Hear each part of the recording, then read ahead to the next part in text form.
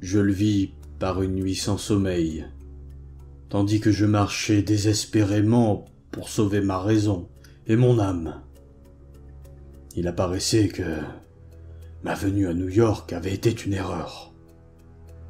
Là où j'avais cherché émerveillement et inspiration, dans le dédale des vieilles rues qui s'achevaient en impasse, dans les squares aux fontaines oubliées, entre les modernes tours cyclopéennes et les pinacles babyloniens dressés sous la lune, je n'avais découvert qu'un horrible sentiment d'oppression qui menaçait de me dominer, de me paralyser, de m'annihiler.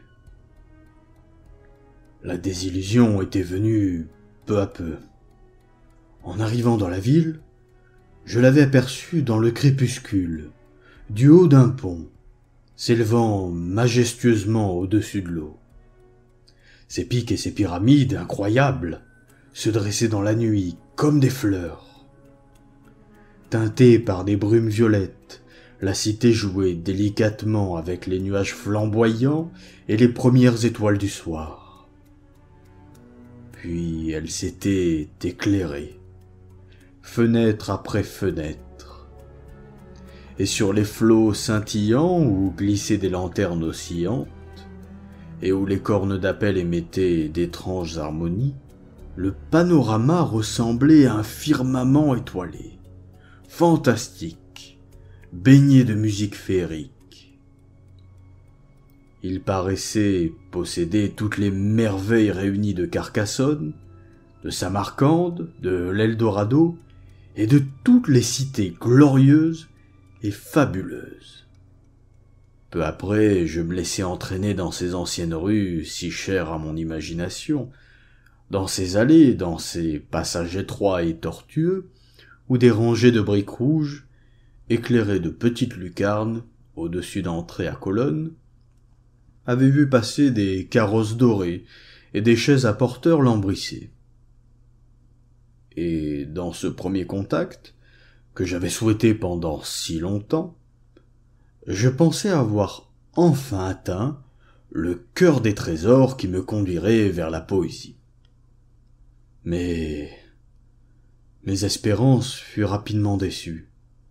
Là où la lune m'avait donné l'illusion de la beauté et du charme, la lumière crue du jour ne me révéla que le sordide, l'aspect étranger et la malsaine prolifération d'une pierre qui s'étalait en largeur et en hauteur. Une multitude de gens se déversaient dans ces rues qui ressemblaient à des canaux.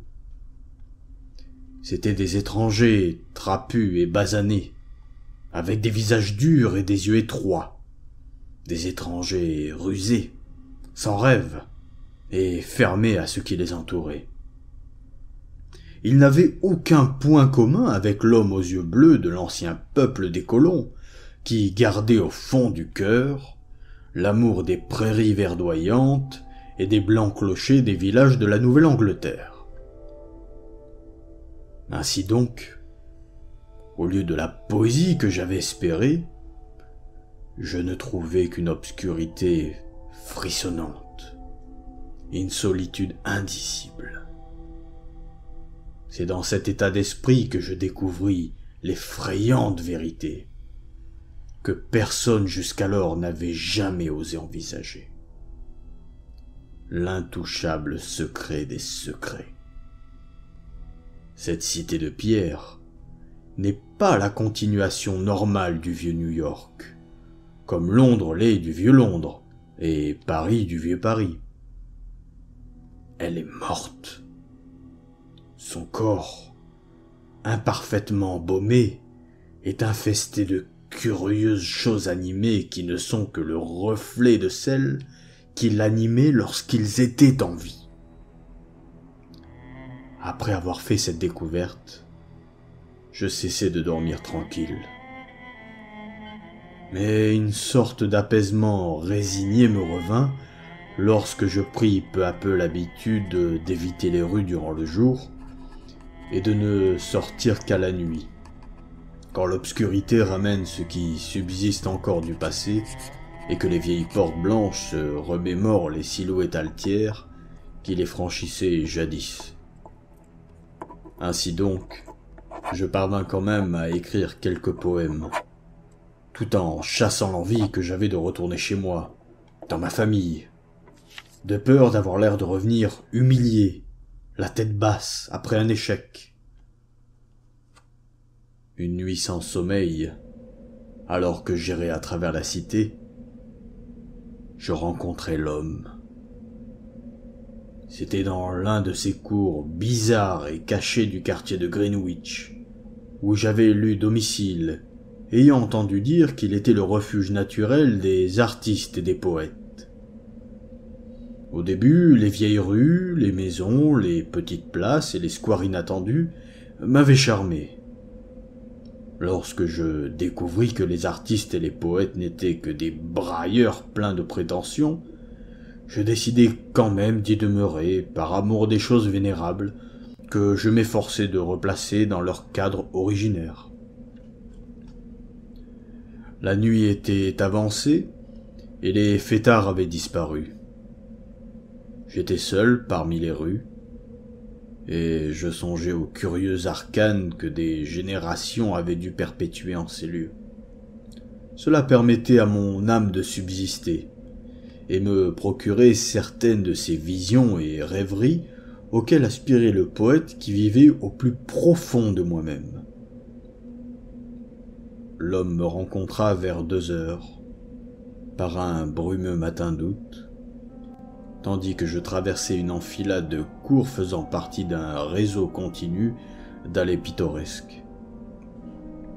J'en avais vaguement entendu parler, mais je m'étais rendu compte qu'elle ne figurait sur aucune carte contemporaine. Le simple fait qu'elles fussent oubliées me les avait rendues plus chères, et c'est pourquoi je les avais cherchées avec tant d'ardeur. Maintenant que je les avais découvertes, ma curiosité était décuplée.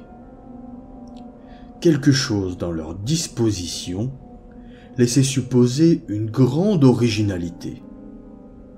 Les allées se faufilaient obscurément entre de hauts murs blancs et des locaux déserts, où se glissaient sans aucun éclairage sous des passages voûtés. Tout cela semblait ignorer des hordes d'étrangers et jalousement gardé par des artistes furtifs et peu communicatifs dont les actions évitaient toute publicité. Il m'adressa la parole sans que je l'y eusse invité. Après avoir observé l'état d'esprit dans lequel j'étudiais certaines portes à marteau, au-dessus des escaliers à rampes de fer, sous la lueur blafarde des fenêtres losangées faiblement éclairées. Son visage était dans l'ombre. Il portait un chapeau à large bord qui allait parfaitement avec la cape démodée qui l'enveloppait. Je me sentis mal à l'aise, avant même qu'il m'adressât la parole. Sa silhouette était très longiligne, d'une maigreur presque squelettique, et sa voix se révéla extraordinairement douce, caverneuse, bien que peu profonde. Il m'avait, dit-il, remarqué plusieurs fois lors de mes promenades, et il en avait déduit que nous avions le même amour pour les vestiges du passé. N'accepterais-je pas d'être guidé par une personne ayant une longue habitude de ces explorations et possédant des informations très poussées sur ces lieux ? Comme il parlait, j'aperçus un instant son visage dans le rayon jaune qui émanait d'une fenêtre mansardée. Il avait un aspect ancien, noble et même beau. Et il portait l'empreinte d'un lignage et d'un raffinement inhabituels en ces temps et lieux. Pourtant, l'homme m'inquiétait presque autant qu'il m'attirait. Peut-être son visage était-il trop pâle, ou trop dénué d'expression, ou trop insolite dans ce décor. Toujours est-il que mon malaise persistait. Néanmoins, je le suivis car en ces sombres jours, ma quête de beauté ancienne et de mystère était tout ce qui me permettait de faire vivre mon âme, et je considérais que le destin me faisait une faveur insigne en me permettant de rencontrer quelqu'un dont les recherches secrètes semblaient beaucoup plus poussées que les miennes. Pendant quelque temps, l'homme à la cape garda le silence. Nous marchâmes une longue heure sans qu'il prononçât de mots inutiles. Il faisait seulement de brefs commentaires sur les noms anciens, les dates et les changements. Il me guidait par signes et par de larges gestes, tandis que nous nous glissions dans des ouvertures, traversions des couloirs sur la pointe des pieds, escaladions des murs de briques, et même une fois nous nous mîmes à ramper sous un passage voûté, dont la largeur et les sinuosités finirent par effacer les dernières notions d'orientation que j'avais réussi à conserver. Ce que nous voyions était très ancien et magnifique, ou du moins donnait cette impression dans les quelques lueurs isolées qui l'éclairaient. Et je n'oublierai jamais les colonnes ioniennes branlantes et les pilastres élancés, les poteaux de fer des enclos surmontés d'urnes, les fenêtres à linteaux et les soupiraux décoratifs, qui semblaient devenir de plus en plus curieux au fur et à mesure que nous nous enfoncions dans ce dédale sans fin d'un passé inconnu. Nous nous rencontrâmes âmes qui vivent, et, le temps passant, les fenêtres éclairées se firent extrêmement rares. Les réverbères avaient d'abord été à huile, puis à bougie. Enfin, après avoir traversé une horrible cour obscure, où mon guide dut me conduire de sa main gantée, nous arrivâmes jusqu'à une étroite porte de bois, située dans une portion de ruelle éclairée uniquement par une lanterne, toutes les 7 maisons. Ces lanternes de métal avaient un aspect incroyablement colonial. La ruelle montait en pente abrupte, et son extrémité était obstruée par le mur couvert de lierre d'une propriété privée, au-delà duquel je pus apercevoir une pâle coupole et les sommets d'arbres s'agitant contre la vague lueur du ciel. Dans ce mur, il y avait une petite porte de chêne noir cloutée, basse et voûtée, que l'homme se mit en devoir d'ouvrir avec une lourde clé. Après avoir suivi une allée de gravier, nous grimpâmes un escalier de pierre jusqu'à l'entrée de la maison. Nous entrâmes et, ce faisant, je faillis me trouver mal à cause du relent de moisi qui me frappa les narines et qui semblait être le fruit de siècles de pourriture. Mon hôte ne sembla pas le remarquer et, par politesse, je gardai le silence tandis qu'il me guidait en haut d'un perron dans un hall, puis dans une pièce que j'entendis fermer à clé derrière nous. Après quoi, il tira les rideaux des 3 fenêtres losangées, à peine visibles dans le ciel qui commençait à s'éclairer, et, se dirigeant vers la cheminée, il alluma avec un briquet à silex 2 bougies d'un candélabre à 12 branches, tout en m'enjoignant de parler à voix basse. Nous nous trouvions dans une bibliothèque spacieuse, bien meublée et lambrissée, du début du XVIIIe siècle, avec de magnifiques frontons de porte, une délicate corniche dorique et un manteau de cheminée splendidement sculpté. Au-dessus des étagères pleines de livres, il y avait, accrochés au mur, d'excellents portraits de famille. Tout était cependant terni, voire énigmatique, et présentait une ressemblance indéniable avec l'homme qui me faisait maintenant signe de m'asseoir sur une chaise, à côté d'une gracieuse table ancienne. Avant de prendre place en face de moi, de l'autre côté de la table, mon hôte hésita un moment, comme s'il était embarrassé. Puis, retirant prestement ses gants, son chapeau à large bord et sa cape, il me révéla théâtralement son costume de l'époque géorgienne, le jabot, les culottes de soie et les chaussures à boucles que je n'avais pas encore remarquées. S'asseyant alors lentement dans une chaise à dossier en forme de lyre, il se mit à me fixer intensément. Sans son chapeau, il paraissait extrêmement âgé. Et je me demandais si ce n'était pas cette longévité singulière qui avait été, tout à l'heure, l'une des raisons de mon trouble. Enfin, il se mit à parler de sa voix basse, creuse et soigneusement feutrée. J'eus de grandes difficultés à le suivre, mais je l'écoutais fasciné et inquiet. « Vous êtes en face, monsieur ?» commença mon hôte, « d'un homme très excentrique, qui ne doit présenter aucune excuse quant à son vêtement à quelqu'un de votre intelligence et de vos goûts.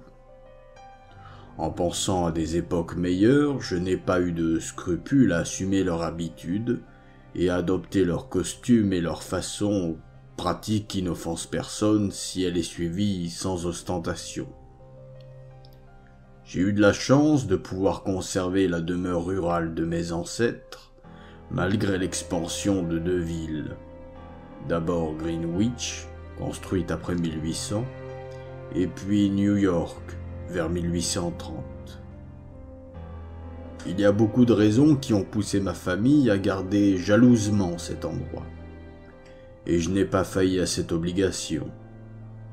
Le seigneur qui vécut ici dès 1768 étudia certaines sciences et fit quelques découvertes, tout en relation étroite avec des influences provenant de cet endroit précis et méritant d'être gardées avec le plus grand soin. Je vais à présent vous dévoiler certains des effets étranges de ces sciences et découvertes, mais sous le sceau du secret le plus strict. Je crois que je peux me fier suffisamment à mon intuition des hommes pour savoir que je n'ai rien à craindre de vous et de votre indiscrétion. » Il s'arrêta. J'acquiesçai de la tête. J'ai dit que j'étais inquiet, mais rien n'était plus mortel pour mon âme que l'univers informe et grossier de New York. Quel que fût cet homme, un inoffensif excentrique ou un détenteur de sciences dangereuses, je n'avais pas d'autre choix que de lui obéir et d'assouvir ma curiosité avec ce qu'il m'offrirait. J'écoutais donc. Mon ancêtre, continua-t-il doucement, avait découvert qu'il existe des propriétés remarquables dans la volonté de l'homme. Des propriétés qui lui permettent non seulement d'exercer un pouvoir sur ses propres actions et sur celles des autres, mais aussi sur toutes les forces et les substances de la nature, et sur de nombreux éléments et de nombreuses dimensions dépassant la nature elle-même. Dois-je dire qu'il faisait fi de l'inviolabilité d'éléments aussi considérables que le temps et l'espace, et qu'il utilisait les rites de certains peaux rouges qui jadis campaient sur cette colline? Les Indiens avaient d'ailleurs été furieux lors de la construction de cette maison, et ils avaient insisté pour y revenir à chaque pleine lune. Pendant des années, ils escaladèrent le mur de la propriété, chaque fois que cela leur était possible, pour s'y livrer furtivement à certains actes. Mais en 1768, le nouveau seigneur les surprit et fut stupéfait de ce qu'il vit. Il décida donc de conclure un marché avec eux et de leur accorder le libre accès au terrain, en échange de l'explication de la signification profonde de ce qu'ils y faisaient. Il apprit que leur aïeux tenait cette coutume d'une part d'ancêtres peaux-rouges, et de l'autre d'un vieux Hollandais de l'époque des États généraux. Peut-être ce seigneur leur servit-il, intentionnellement ou non, à un bien mauvais homme. Toujours est-il qu'une semaine après avoir appris ce secret, il en était le seul dépositaire. Vous, monsieur, vous êtes le premier étranger à qui je raconte cette histoire. Mais puisque vous êtes aussi avide de choses passées, Je crois que je peux sans crainte vous parler de ce secret. » Je frissonnai en entendant l'homme s'exprimer peu à peu dans un dialecte venu d'une autre époque. Il reprit. Ce que le Seigneur avait appris de ces sauvages n'était en fait qu'une petite parcelle de la science qu'il parvint à acquérir. Il n'avait pas été à Oxford pour rien, ni étudié en vain avec un ancien chimiste et astrologue de Paris. Bref, il fut convaincu que le monde tout entier n'est que la fumée de nos cerveaux.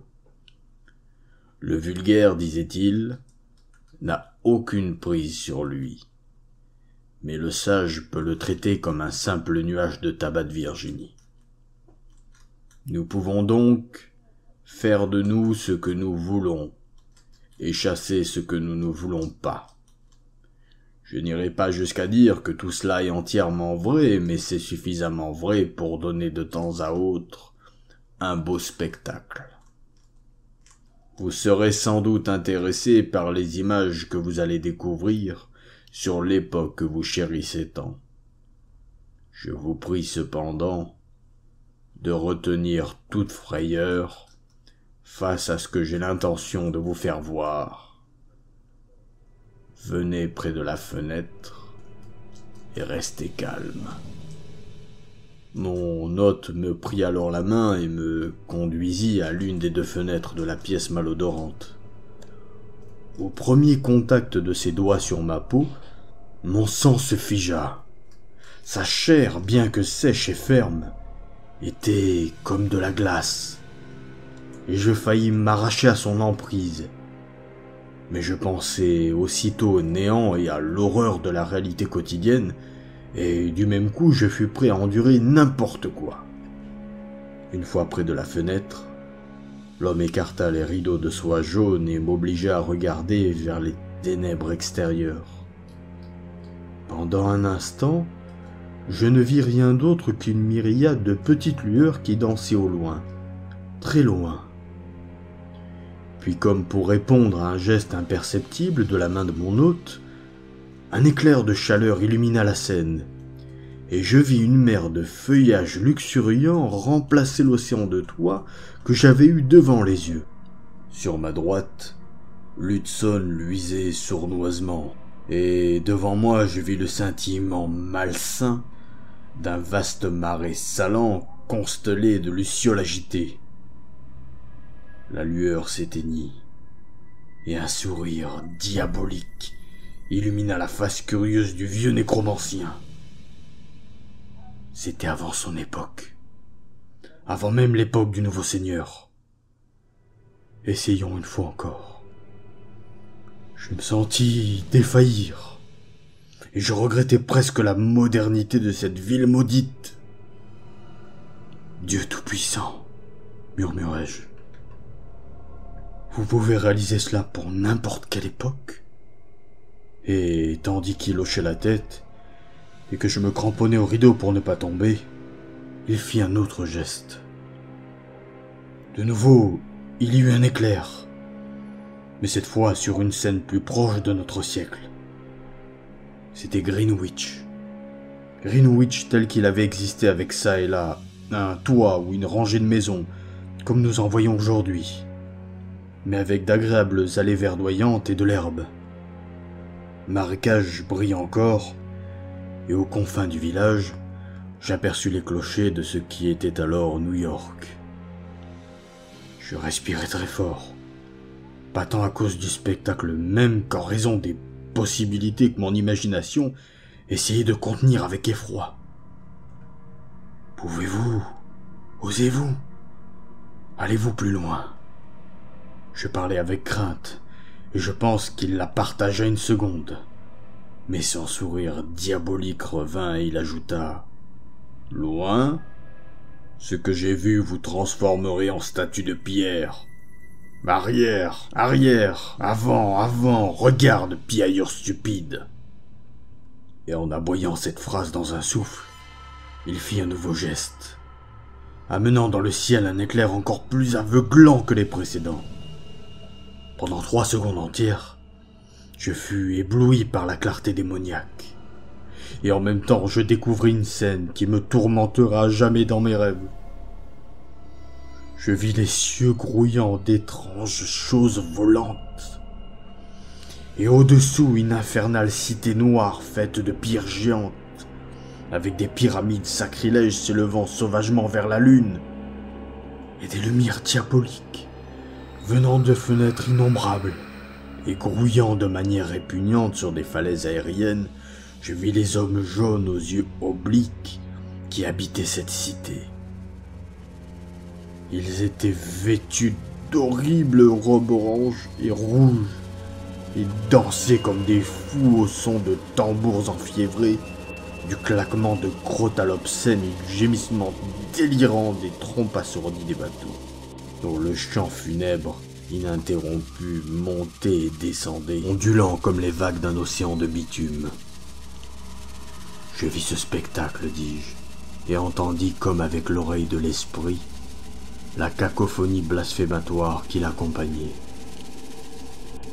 C'était l'aboutissement hurlant de toute l'horreur que cette cité cadavre avait suscité dans mon esprit. Oubliant toutes les consignes de silence, je me mis soudain à hurler, tandis que mes nerfs lâchaient, que les murs oscillaient autour de moi. Puis tandis que l'éclair subsistait, je m'aperçus que mon hôte lui aussi tremblait de frayeur. Il vacilla, s'agrippant au rideau comme je l'avais fait précédemment, et agita la tête dans tous les sens, comme un animal traqué. Dieu sait qu'il avait des raisons, car tandis que l'écho de mes cris s'évanouissait, j'entendis un autre son si diaboliquement suggestif que seule ma sensibilité paralysée me permit de garder mes sens. C'était un craquement régulier et furtif venant de l'escalier, de l'autre côté de la porte, comme si une horde montait, pieds nus ou chaussés de souliers de peau. Il me semblait aussi que l'on agitait prudemment et intentionnellement le loquet de cuivre, qui brillait faiblement à la lueur de la bougie. Le vieil homme eut un mouvement convulsif et cracha dans ma direction en éructant ces mots, tandis qu'il oscillait en se cramponnant au rideau jaune.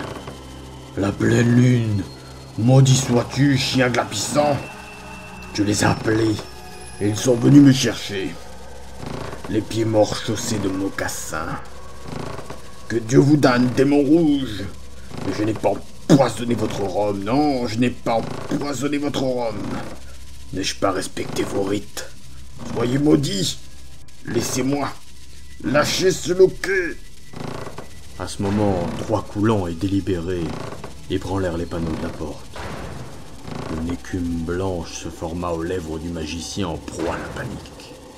Sa peur, muée en désespoir, fit place à un regain de rage contre moi. Il fit un pas en direction de la table au bord de laquelle j'essayais de reprendre mon équilibre, et, tirant les rideaux auxquels il s'accrochait, il laissa pénétrer dans la pièce le flot de clarté de la pleine lune. Alors, dans ces rayons verdâtres, les bougies pâlirent, et leur lueur s'attarda sur les lambris rongés par les vers, sur le plancher qui s'affaissait, sur le manteau de la cheminée délabrée, sur l'ameublement branlant et sur les draperies en lambeaux. La lueur s'étendit également sur le vieil homme, et je le vis se racornir et noircir tandis qu'il essayait de me déchirer de ses griffes de vautour. Seuls ses yeux demeurèrent entiers.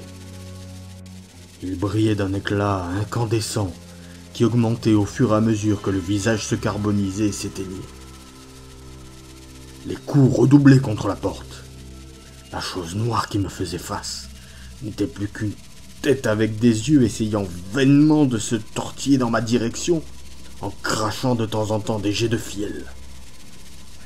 Des chocs rapides étaient maintenant assénés contre les panneaux vermoulus, et je vis luire un tomahawk qui fondit le bois en pièces. Je ne bougeais pas. J'étais pétrifié. Tout hébété, je vis la porte voler en morceaux, et déverser un flux informe et colossal d'yeux brillants et démoniaques. Une curieuse substance d'encre, épaisse comme un flot d'huile, fit éclater une cloison pourrie, renversa une chaise sur son passage, s'écoula sous la table et traversa toute la pièce pour atteindre l'endroit où se trouvait la tête noircie, dont les yeux de braise me fixaient encore.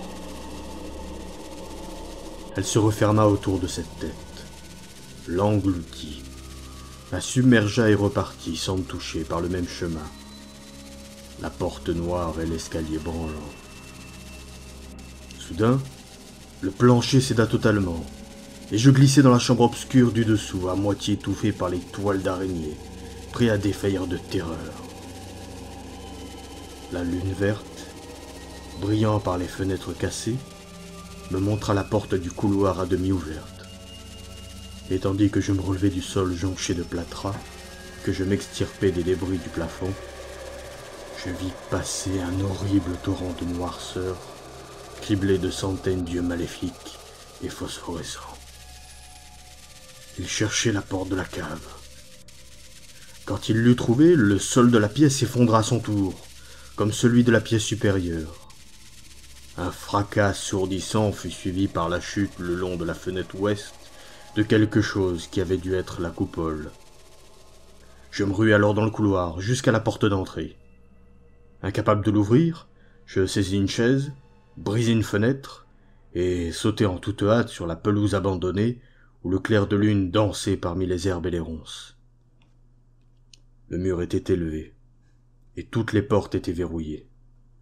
Mais à l'aide d'une pile de boîtes qui gisait dans un coin, je parvins à m'y hisser et m'agripper à une grande urne de pierre qui le surmontait.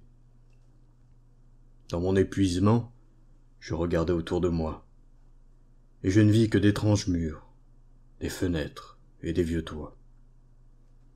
La ruelle en pente par laquelle j'étais venu n'était visible nulle part, et le peu que je discernai disparut rapidement dans la brume venue du fleuve.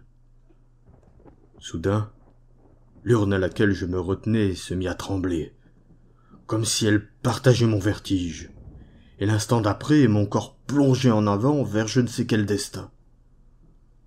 L'homme qui me découvrit me dit que j'avais dû ramper un bon moment malgré mes fractures, car des traces de sang s'étendaient aussi loin qu'il avait eu le courage de regarder.